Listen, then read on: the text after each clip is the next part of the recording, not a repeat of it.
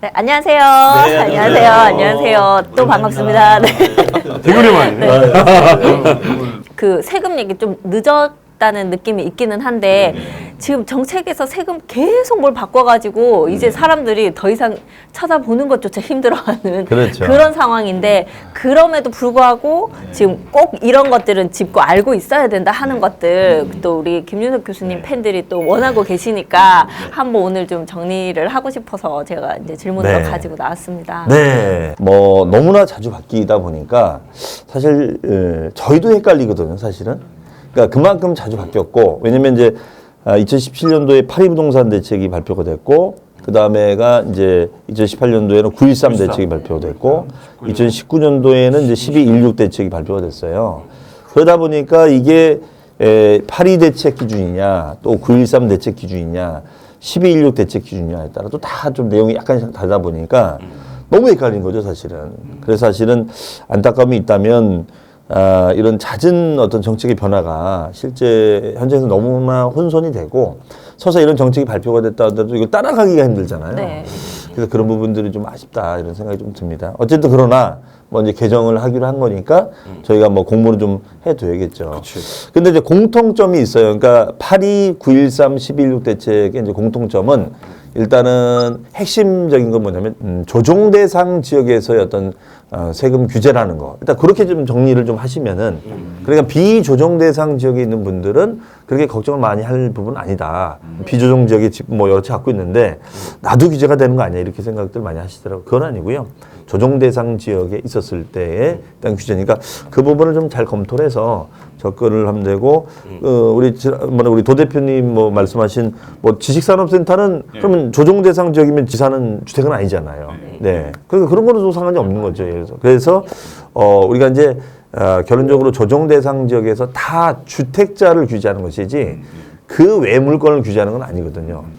그러면 이제 좀 정리해서 좀 말씀을 드리면 이번에 이제 12.16 대책에서 좀 주목할 만한 내용을 좀 말씀드리는 게 낫겠죠. 그 선상에서 같이 좀 얘기를 하는 게 좋은데 일단은 이제 12.16 대책에서는 이제 우리가 보통 집을 사면은 취득세율이 이제 6억 원까지 이제 1%, 그다음에 6억 원 초과 9억 이하까지 2%, 그다음에 9억 초과는 3%였는데 이 규정은 주택수에 관계없이 다주택자가 집을 사도 뭐 6억 이하는 1%가 되는 겁니다. 그럼 보통 우리가 상가 같은 거나 뭐 오피스텔을 분양받으면 이제 4%대가 되는데 그런데 이번에 이제 개정하기로 한 것이 뭐냐면 6억 초과 9억 이하 구간. 그게 이제 2%인데 그러니까 예를 들어서 우리가 5억 8천에 계약을 하면은 1%가 나오잖아요. 근데 이게 6억 1천에 쓰면은 이게 2%가 되는 거예요. 네. 그러니까 사람들이 어떻게 하겠습니까? 우리가 익숙한 다 5, 9천. 다운 계약서라든가 이제 이런 계약서 네, 쓰겠죠. 네, 네. 그 다음에 이제 우리가 9억을 넘어가면 3%니까 9억 이하로 맞추면은 이제 2%대 나오잖아요. 야, 이게 문제가 있구나. 그래서 6억 초과 9억 이하 구간을 좀 더 세분화해서 나누자. 그래서 이게 복잡한 공식을 써서 이제 차등적으로 적용하게끔 바꿔놨어요. 그래서 이거를 이제 계략 뭐 추이를 보니까 오히려 좀 좋아진 부분이 있습니다. 그러니까 6억에서 한 7억 원대 매매가 되신 분들은 오히려 2%가 아니라 1.66 몇 프로가 되고요. 0.4를 예. 그다음에 8억을 넘어가는 분들은 오히려 2% 넘어가는 네. 그런 부분이 이제 설정이 되다 보니까 조금 더 디테일하게 좀 바뀌었다. 근데 사실 이거는 뭐 큰 차이는 아닌데 오히려 지금 문제가 되는 게 이제 뭐냐면 집을 세 채 갖고 계신데 집을 이제 또 하나 사는 거예요. 네. 이분들은 이제는 올해부터는 이제 4%. 그러니까 이제 일반 상가 사는 것처럼 이제 4%대가 되는 거죠. 설사 이제 만약에 쉽게 말씀드리면 집을 뭐 한 채 갖고 있는 사람이 5억짜리 집을 사면 1%가 되는 거예요. 그럼 500이 되는 거거든요. 예. 그러면 이제 뭐 지방교세 그런 건 빼고 그냥 간단히 말씀드리면. 그치? 근데 이게 세 채 있는 분이 집을 사게 되면 네 채가 되잖아요. 그럼 이분은 1%가 아니라 4%가 되는 거예요. 그러면 이제 5, 4, 20, 한 2천만 되는 거니까 4배가 나오는 겁니다. 그렇기 때문에 이제 주택수가 좀 중요하게 된 거죠. 이제 이걸 헷갈려가지고 4주택자가 그러면 집을 팔는 거랑 3주택자가 파는 거랑 그럼 양도세도 달라지는 거예요. 그건 아닙니다. 취득세가 개정이 된 겁니다. 그것도 조정 대상 지역에서만. 예. 그러니까 요거는 조정 대상하고는 상관이 없어요. 상관없이. 예. 전국에서? 만약에 그 임대사업자로 등록하신 분들은 상관없지 않습니까? 임대사업자 등록을 하면은 이제 감면 혜택이 있죠. 네. 대신 그거는 8년간 좀 묶여야 되는 그렇지, 못 팔아야 단점이 되니까. 있는 거니까. 그러면 이제 안 좋은 것만 있는 건 아니고 좀 좋은 거가 하나 있다면. 굿뉴스? 근데 이게 좀 애매합니다 사실. 부동산에서 굿뉴스가 있나요? 굿뉴스가 하나 있긴 있는데. 이 정부에서 굿뉴스가 있나요? 네, 근데 문재인 이게 좀 애매한 게 뭐냐면 이제 여러분들 아마 뭐 블로그라든가 이런 거 보셨겠지만 10년 이상 이제 보유한 분들이 한시적으로 양도세 중과를 이월 말까지? 예, 배제하겠다. 대신 이제 10년 이상 보유한 주택이 되는 거예요. 네, 다만 이것도 이제 조정 대상 지역입니다. 어차피 비조정 지역은 중과가 안 되는 거니까 그치. 뭐 문제가 없는 거고요. 조정 대상 지역 있는 분들이 다주택자들이 집이 안 팔리니까 그러면 집을 팔아라. 대신 10년 이상 된 보유된 집을 팔아라. 이 부분이 좀 제 생각에 좀 그런 사람이 많을까? 그러니까 지금 이게 나오고 있나요? 이런 물량이 실제로 그러니까요, 별로 이게. 거래가 안 된다고 많지는 않을 것 같아요. 들었어요. 10년 이상을 보유한다는 게? 그래서 이제 10년은 좀 너무했지 않는가. 제 생각에 좀 아쉬움이 뭐 한 5년이라든가 이렇게. 근데 10년 이상 하다 보니까 그러면 이거는 손에 꼽는 수밖에 없는 거죠. 사실 사업을 네. 10년 동안 영위하는 사람이 있습니까? 그러니까 쉽지. 망하잖아요. 3년을 못 누르는데 요즘에. 네. 5년을 너무 잘한 거죠. 요즘 경기도 힘들고 하니까 요즘에 결혼도 잘 안 하려고 그러죠. 그리고 또 결혼해 있어도 경기가 힘드니까 어떻게 해요? 이혼도 많이 하잖아요. 그렇죠. 이런 부분들이 있는데 정말 이 정부는 생각이 있는 건지 좀 보십시오 이거 좀. 그러니까 생각이 너무 많은 거죠. 네, 생각이 더 많은 거죠. 네. 지금 말씀하신 6월 말에 양도 중과 10년 그래서 4월, 5월 중에 아파트 물량이 많이 나올 나올 거다. 것이다. 그래서 더 떨어질 거다. 라고 판단하는 사람이 있더라고요. 근데 그거는 그 사람 판단인 거고 현실적으로 그렇게 맞지는 않을 것 같아. 그런 통계를 좀 봐야 돼요. 다주택자가 한 주택을 어느 정도 있다가 보통 평균적으로 파는가. 거의 제가 알기로는 한 5년 이상 갖고 있지 않은 것 같은데. 다 팔아야지 빨리 그 돈 갖고 또 딴 거 사는데 10년을 보유하고 판다. 이거는 투자를 안 하는 사람들이죠. 단기적으로 봐야 되는데. 거의 1주택자들이 그런 경우가 많아요. 그렇죠. 근데 그 사람들 원래 1세대 1주택 비과세 받는 사람들인데 전혀 아무 상관이 없는 사람이지. 우리가 이제 일시적인 2주택. 일시적인 2주택이라는 것은 이제 종전주택이 있는 상황에서 이제 신주택을 사면 네. 그러면 이제 요 집을 3년 이내 팔면 양도세 비과세가 되거든요. 요거는 비조정 지역은 지금도 적용이 되고 있는 겁니다. 이게. 그러다가 이제 9.13 대책이 발표되면서 이걸 더 규제하겠다. 그래서 9월 13일 이후에 취득하는 분에 대해서는 2년 이내 매도를 해야지만이 양도세 비과세 됩니다. 그러니까 3년을 2년으로 줄이는 거죠. 이게요. 그런데 여기서 이제 이 부분을 많이들 혼동하시는데 그러면 만약에 내가 여기 서울에서 살고 있다가 예를 들어서 청주로 간다. 네. 청주는 비조정 지역이죠. 네. 그럼 청주에서 집을 얻는 거예요. 그러면 이게 조정 지역에 있는 집을 팔면 요거는 2년 이내 팔아야 되느냐? 아닙니다, 이거는. 이거는 3년 이내 팔아도 비과세가 돼요.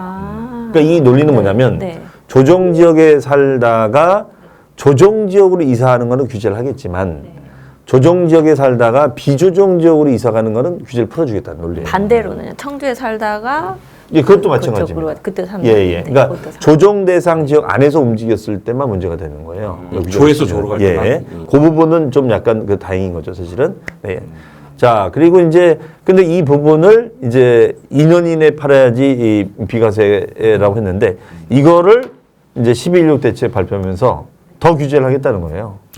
이거를 1년 이내. 이 얘기 뭐냐면 조정 지역에 사기만 해봐라. 그러면 1년 안에 팔아야 돼 이제. 그리고 이제 이 신주택을 사면서 주소 전입이 돼야 됩니다. 전입 신고가 돼야 돼요. 그것까지 따지겠다는 거예요. 그러니까 사실은 우리가 뭐 2년까지 모르지만 1년 안에 판다는 건 쉬운 얘기는 아니죠, 사실.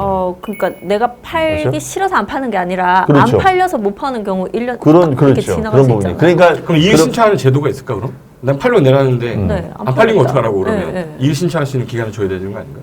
근데 과세관청에서는 그건 네가 못 판 거지 왜 우리보다. 네, 취득세 이건 조금 딴 얘기인데요. 저희가 지금 중개사 저희 같이 얘기를 톡방에서 하다가 네네. 어떤 얘기가 나왔냐면 취득세 이제 그 어떤 건물을 그 중개를 했는데 그 이제 불법인 부분이 있었어요. 그래서 이제 그게 위법 건축물로 되어 있는데 그걸 다 알고 고지시키고 계약을 했는데 나중에 알고 봤더니 위법 건축된 부분에 있어서는 그 4%를 적용한다. 지금 그래서 계약서 잘못 주택으로 써서 안 보겠다는 논리가 되겠죠. 그런 의미인가요? 그래서 그 우리 중개 사고냐 막 지금 저희 그런 상가처럼 보겠다는 얘기들. 뜻이네. 그렇죠. 최근에 판례 같은 경우에도 그 우리가 이제 다가구 주택 같은 경우도 보면은 불법 건축 부분이 있잖아요. 네. 이게 그러니까 그 부분을 옛날에 그냥 주택으로 물려서 봤는데 이거 새로 나온 거는 예, 상가로 본다. 그 부분도 이제 상가로 본다는 거죠. 그러니까 옥탑방 같은 게 요즘 불법이 많지 않습니까? 그렇죠, 예, 그렇죠. 예전에 물탱크 있는 자리를 치우고 네, 그렇죠. 그게 이제 그 올라갔. 요즘 예. 우리가 이제 옥탑방. 예. 네, 네. 그러면 그 경우에는 4%를 매긴다는 얘기인가요? 그렇죠. 예. 공부상에 등록이 안 돼 있는데 가보니까 옥탑방은 있어. 그래서 누구를 임대를 해서 세금 월세를 받고 있어. 그런 경우는 걔는 세금을 그러니까 이제 우리가 무허가 건물 같은 경우는요, 이게 그 무허가 대장을 해당 지자체가 관리를 해요. 그러니까 건축물 대장, 무허가 건축물 관리 대장이 예, 있어요. 그래서 그 재산세를 매기거든요. 그러니까 체크업이 되죠. 다만 이제 어떤 지자체는 무허가 대장이 없는 경우도 있더라고요. 그런 거는 있는데 웬만하면 요즘 다 전산화돼 있고 하기 때문에 그걸로 이제 추정이 가능하죠. 뭐 안 되면 뭐 드론 띄우겠죠. 최근에 인공위성이 너무 발달해가지고 네. 찾아내는 게 너무 쉬워져가지고 네. 어렵지 않은 것 같아요. 그리고 그 자연인의 그 자연인 다큐 보시나요? 거기에 이제 보면은 그 사람 지리산에 어디다 집을 졌는데 못 찾는 거야. 그래서 드론 띄워가지고 찾아내더라고요. 그래서 그 사람 만나러 간 거예요. 근데 그 무허가 건축물 대장에 넣어놨거든요. 예, 그런데 이제 산에다가 지은 거는 이제 일부러 이제 판자 이제 해가지고 비닐처럼 이렇게 하더라고요. 위에서 이제 안 보이게? 안 보이게. 안 보이게. 드론으로도 안 보이게. 그 강제 이행금? 이행강제금. 이행강제금? 이행강제금을 내는 그것도 좀 바뀌었죠 최근에. 엄청 세졌지. 아, 예전에는 5회 정도까지만 부과하고 안 냈던 것들이 이제 다 없어졌어요. 무조건 죽을 때까지 내는 걸로 바뀌었고 작년 10월 24일 날인가 개정됐고 85제곱미터 이하짜리 옛날에는 그 85제곱미터 이하짜리 정도는 약간 그 좀 감액을 좀 해줬는데 지금 기준 면적을 60제곱미터로 또 낮췄어요. 그래서 위반 사항이 아주 적을 때만 좀 약간 혜택을 받고 웬만하면 위반하면 이제 계속 내야 되는 형태로 바뀌었어. 옛날에는 뭐 5번 내고 내면 그 다음에 안 됐나 막 이랬었는데 지금 이제 법 바꾸면서 매년 부과하는 걸로 계속 바뀌었어요. 계속 이제 이행강제 내고 이행강제 버티니까 계속 안 내는 되겠다. 걸로. 네, 안 되겠고. 그냥. 저희 이제 항상 이게 기찻길 옆에 이렇게 집이 이제 많았잖아요. 예전에. 이제 그 집들은 이제 다 이제 물론 철거됐는데 용산구청 옆에는 철거돼가지고 쫓겨났긴 했는데 그렇고요. 그럼에도 불구하고 이제 그 철길 옆에는 어떻게 되는 겁니까? 그- 공법으로 한번 설명을. 아주 오래 전에 있던 것들은 어쩔 수 없어요. 그러니까 기존 모허가라기 때문에 그러니까 기존 모허가는 법규가 생기기 전에 허가를 안 받고 진 거기 때문에 얘는 불법 건물로 안 보기 때문에 그래서 재개발 지역 같은 데 보면은 오래된 건물들은 막 68년, 69년도에 진 것들은 허가 안 받고 지었던 것들이거든. 근데 그런 것들은 무허가인데 어떻게 보면 되게 싸잖아요. 근데 프리미엄이 있는 거라. 그래서 재개발 투자할 때 그런 거 많이 투자했지. 소액으로 하는 수익형 투자 중에 오피스텔이 있잖아요. 네네네. 그 오피스텔을 그냥 그 사업용으로 이렇게 이제 하는데 실제로 들어와서 그 주거로 쓰시는 경우들이 많이 있잖아요. 많이 있죠. 그럼 이제 이 경우에 이게 뭐 잘못하면 다주택자 뭘 받는다. 이제 그 얘기는 어떤 경우에 이제 그렇게 되는 건가요? 그러니까 이제 이 주거용 오피스텔이 좀 혼란스러운 게 뭐냐면 일반인분들이 우리가 분양을 받아서 이제 등기를 낼 때는 업무용으로 등기를 내거든요. 그러니까 업무용에서 업무용에 대한 이제 취득세를 냅니다. 근데 이게 나중에 이제 사용을 할 때는 오피스텔 말 그대로 오피하고 텔 주거로 같이 겸용이 되니까. 그러니까 근데 이제 나중에 임대하거나 양도할 때 팔 때는 실제 용도로 따지거든요. 예. 그렇기 때문에 만약에 예를 들어서 어떤 뭐 투자자분이 아파트를 하나 갖고 있는데 이 오피스텔 주거로 사용을 하고 있다. 임대를 주고 있다. 그러면 이제 다주택자가 되는 거예요. 그러니까 요즘 이제 오피스텔도 주택임대사업자 등록도를 많이 내는 이유가 이제 사실은 거기에 있습니다. 그래서 예전에는 네. 이렇게 전입신고를 안 했잖아요. 전입 오피스텔에. 신고를 이제 못하게 한 거죠. 하면은 네. 주택 쓴다고 돼버리니까. 네. 근데 그거는 이제 소위 말 탈세가 되기 때문에 그 부분은 이제 리스크가 있기 때문에 그래도 네. 그렇게 해야지 하는 분들이 이제 그래도 계시잖아요. 그렇게 가야지. 네, 사업자 해놓고 네. 그냥 주소 이전만 하지 마라 이렇게 네. 지금 네. 아예 조건을 내놓으신 분들 그러니까 계시거든요. 중개 사무소에서는 그렇게 해야 계약이 또 되니까 네, 네, 어쩔 수 없이 이제 그렇게 하고 있잖아요, 관행처럼. 네. 근데 이번에 정책 보면 12, 16 보면 거의 다 실시하는 게 1월, 2월, 3월, 4월, 5월, 6월이지.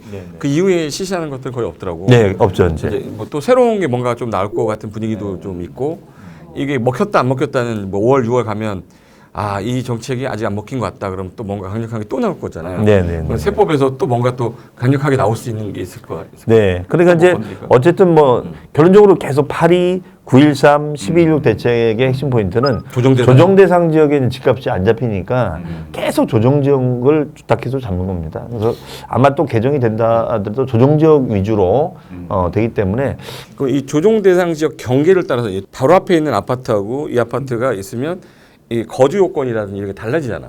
이런 것만 이제 찾아내 가지고 투자하려고 했던 게 이제 수원, 막 인천. 그래서 이런 지금 데잖아요. 최근에 수용성 너무 못 때문에 저한테 그러더라고요. 수원 사야겠네요. 그러길래 사면은 또 지정될 것 같습니다라고 했더니 안 됐잖아요. 아직 그러는 거예요.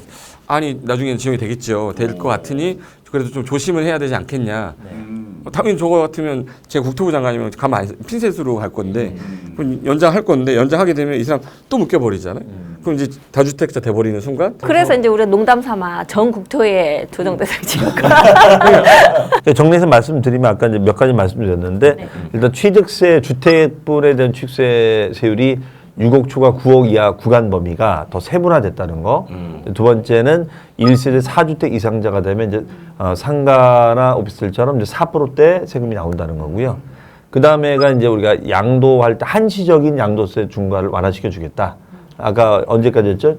6월 말까지. 네. 대신 아무거나 아니라 조정 대상 지역에 있는 10년 이상 보유한 그 다주택자분들이 그 혜택을 볼 수 있다. 자, 그런 얘기였고요. 그다음에 조정 대상 지역 안에서 1층이 2주택이 됐을 때는 이제 2년 이내 매도가 아니라 1년 이내 매도가 되고 주소 전입도 돼 있어야 된다. 네, 그런 것이 네, 그래서 2020년 상반기 꼭 짚어봐야 될 이제 그 세금 부분들 오늘 딱 아주 엑기스만 네. 저희가 정리를 잘 했습니다. 그럼 오늘 얘기는 여기까지 하는 걸로 네, 뭐 하겠습니다. 그리고 또 좀 더 자세한 거를 네. 보고 싶으시면 개정 관련된 거 강의 한번 랜드포로 들어오셔서 보셔도 도움이 될 것 같아요. 네, 그 유튜브도 저기 많이 또 아티온 아파트 공략 투자 연구소 유튜브 꼭 지금 현재 그 우리 딱 세 개 있죠, 세 개. 우리 아투연, 고상철의 테레비, 고상 테레비, 그리고 이제 우리 랜드프로 부동산 TV 같이 자막 좀 많이 넣어주십시오. 응원 부탁합니다. 네. 네, 부티크 구독과 좋아요. 알림 설정. 수고하셨습니다. 네, 감사합니다.